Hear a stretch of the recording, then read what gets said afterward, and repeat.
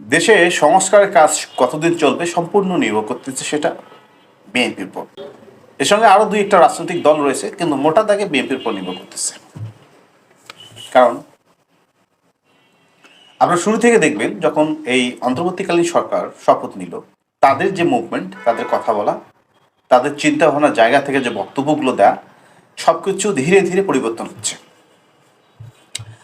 অন্তর্বর্তীকালীন সরকার ক্ষমতা গ্রহণের পর মোটা দাগে তাদের প্রথম কথা ছিল সংস্কার করা সর্বক্ষেত্রে।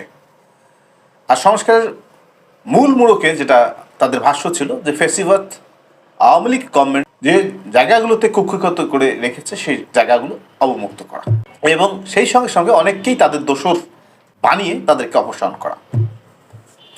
সবচেয়ে বড় ডিবেটটা হয়েছিল রাষ্ট্রপতিকে নিয়ে। রাষ্ট্রপতি প্রধানমন্ত্রীর পদত্যাগপত্র নিয়ে একটা মন্তব্য করেন, ঠিক তারপর রাজনৈতিক আবহ থেকে শুরু করে অন্তর্বর্তীকালীন সরকারের মধ্যেও একটা উত্তেজনা সৃষ্টি হয়। তার প্রেক্ষিতে অনেকেই রাষ্ট্রপতি ভবনের সামনে আন্দোলন করে, এবং সেটা 2-3 দিন ধরে চলেছিল। কিন্তু খেয়াল করে দেখবেন, বিএনপির পক্ষ থেকে যখন একটা স্টেটমেন্ট আসলো যে তারা সংবিধানের বাইরে কিছু চায় না, বরঞ্চ রাষ্ট্রপতির অপসারণ নতুন করে অচল অবস্থা সৃষ্টি করবে, এই ধরনের অচল অবস্থা তারা চায় না। দ্যাট মিনস সংবিধানকে তারা অক্ষুণ্ণ রাখতে চায়। তার কিছুদিন পরেই রাষ্ট্রপতি বিষয়ক যে বিতর্ক ধীরে ধীরে স্থগিত হয়ে যায়। তেমনিভাবে সংবিধানকে সংস্কার করা নিয়েও ব্যাপক আলোচনা সৃষ্টি হয়, এবং সেটা রাতারাতি ছুঁড়ে ফেলে দেওয়া হবে, এবং সংবিধান পরিবর্তনে একটা কমিশন গঠন করা হয়। সেটাও এখন আর আলোচনা আসতেছে না। এখন যে পরিস্থিতি, সেই পরিস্থিতিতে দুইটি বিষয় সম্পূর্ণভাবে অন্তর্বর্তীকালীন সরকার ভুলে গেছে। একটা রাষ্ট্রপতি অপসারণ, দ্বিতীয়টা হলো সংবিধান সংস্কার।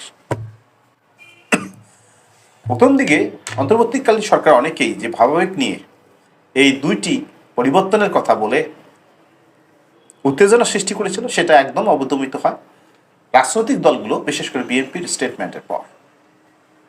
সর্বশেষ অন্তর্বর্তীকালীন সরকারের প্রধান উপদেষ্টা ডক্টর মোহাম্মদ ইউনূস বলেছিলেন যে রাজনৈতিক দলগুলো যদি চায় নির্বাচন, আমরা দ্রুত নির্বাচন দেব। তারা যদি সংস্কার না চায় তাহলে তারাও সংস্কার চাবে, এবং দ্রুত নির্বাচন দিয়ে ডক্টর মোহাম্মদ ইউনূস চলে যাবে। এই কথা দিয়ে যদিও তার একটু আবেগের বহিঃপ্রকাশ ছিল, আমি বলবো তার আবেগ ছিল, কিন্তু বাইরের দিক থেকে রাজনৈতিক একটা চাপ ছিল, প্রচ্ছন্ন চাপ ছিল। সেই চাপটা অবশ্যই রাজনৈতিক দলের পক্ষ থেকে। সর্বশেষ গতকাল সেনাকুঞ্জে সাবেক প্রধানমন্ত্রী বেগম জিয়াকে আমন্ত্রণ জানানো হয়, এবং তাকে সম্মান করতে পেরে ডক্টর মোহাম্মদ ইউনূসকে গর্বিত মনে করেন, এবং সেই সঙ্গে সঙ্গে সেনাকুঞ্জের অনুষ্ঠানে বিএনপির অনেক নেতাকর্মী উপস্থিত ছিলেন। এটা অবশ্যই একটা সম্মানজনক দৃশ্য, এবং সকল উপদেষ্টারা যারা এখন উপস্থিত ছিলেন সবাই বিএনপির চেয়ারপারসন সাবেক প্রধানমন্ত্রী খালেদা জিয়াকে শতভাগ সম্মান প্রদর্শন করেন। এখন মাঝে কিছু ছাত্র সমন্বয়ক অনেক কথাই বলেছেন মূলধারার রাজনৈতিক দলগুলোর বিপক্ষে, সেখানে বিএনপিরও উপস্থিতি ছিল তাদের বক্তব্যে, এবং হাসানাত আবদুল্লাহ এবং সার্জিস আলমরা নতুন একটা রাজনৈতিক দল করার চিন্তা ভাবনা থেকেও অনেক কথা বলেছেন। যদিও তারা জনগণকে ব্যবহার করেছে, বলছে জনগণ যদি ডিমান্ড করে রাজনৈতিক দল হতেই পারে, কিন্তু তাদের চিন্তা ভাবনায় এবং তাদের কথাবার্তায় রাজনৈতিক দল গঠনের একটা সম্ভাবনা তৈরি হয়ে যায়। যদিও তারা সবসময় এটা ক্লিয়ার করেনি, তবে তাদের অভিসন্ধি এটাই ছিল তারা একটা রাজনৈতিক দল গঠন করবে, সেটার প্রয়োজনীয়তা আছে বলে তারা মনে করে। সার্জিস আলম এবং হাসানাত আবদুল্লাহরা সেনাকুঞ্জের এই অনুষ্ঠানে উপস্থিতি প্রমাণ করে যে তারাও কখনো কখনো মতাদর্শগত দিক দিয়ে কোনো একটা রাজনৈতিক দলের মতাদর্শ নিয়েই বেড়ে উঠেছিল, যেটা অনেক সময় পরিবর্তন হয়, কিন্তু শেষ পর্যন্ত এসে ঠেকেছে মনে হয় বিএনপিটি।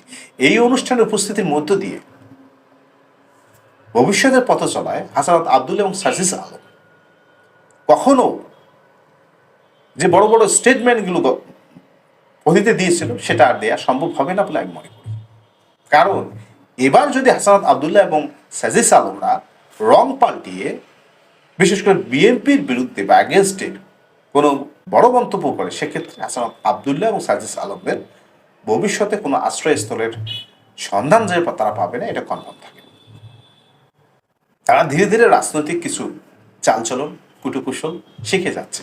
সেক্ষেত্রে আমি বলতে পারি ব্যক্তিগতভাবে হাসানাত আবদুল্লাহ এবং সাজিদ সালামের জন্য নিরাপদ, কিন্তু তারা যে কথা বলে ছাত্রদের উদ্বুদ্ধ করেছে সেই জায়গা থেকে তারা অনেক দূর সরে এসেছে। এটাই স্বাভাবিক, কারণ বাংলাদেশ রাজনৈতিক দলগুলোর দ্বারা পরিচালিত হবে এবং রাজনৈতিক ব্যক্তিরা বাংলাদেশকে পরিচালিত করবে, এটাই আমাদের প্রত্যাশা। আমরা দেখেছি অনেক সময় সেনা শাসন ছিল, তারপরে আরো একটা সময় দীর্ঘ 2 বছর 7 সাল থেকে 9 সাল বাংলাদেশ রাজনীতিবিহীন বা রাজনৈতিক দলবিহীন পরিচালিত হয়েছিল। আর এই যে 24-এর গভর্নমেন্ট, অন্তর্বর্তীকালীন সরকার, সম্পূর্ণ রাজনৈতিক ব্যক্তিহীন একটা গভর্নমেন্ট।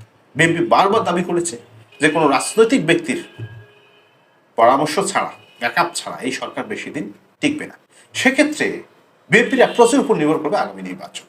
বিএনপি যদি চায়, আমার মনে হয় বিএনপির যে মনোভাব, তারা দ্রুতই নির্বাচন চায়। অপরদিকে কিছু রাজনৈতিক দল রয়েছে, বিশেষ করে জামায়াতে ইসলাম, তারা সংস্কার চায়। কিন্তু বিএনপি একটা মেজর পার্টি, যাদের চাওয়ার উপর অনেক কিছু নির্ভর করতেছে। 3.5 মাস পেরিয়ে যাওয়ার পর অন্তর্বর্তীকালীন সরকার বুঝতে পেরেছে, তাদের রিয়েলাইজেশনে এসেছে যে দেশ পরিচালনা করতে তাদের যথেষ্ট ব্যাকআপ নেই এবং যথেষ্ট রিসোর্স নেই। রাজনৈতিক দলগুলো, বিশেষ করে বিএনপি বরাবর যেটা বলে আসছিল সেটাই ঠিক, এবং আমি মনে করি বিএনপি যদি মত দেয়, তাদের সকল সমস্যা, দলীয় সকল সমস্যা কাটিয়ে উঠতে পারে। বিশেষ করে তারেক রহমান যদি দ্রুত দেশে আসতে পারে এবং তারা যদি দ্রুত দেশে আনতে পারে, সেক্ষেত্রে আগামী 25 সালের জুনের মধ্যেই নির্বাচন হওয়ার সম্পূর্ণ সুযোগ রয়েছে।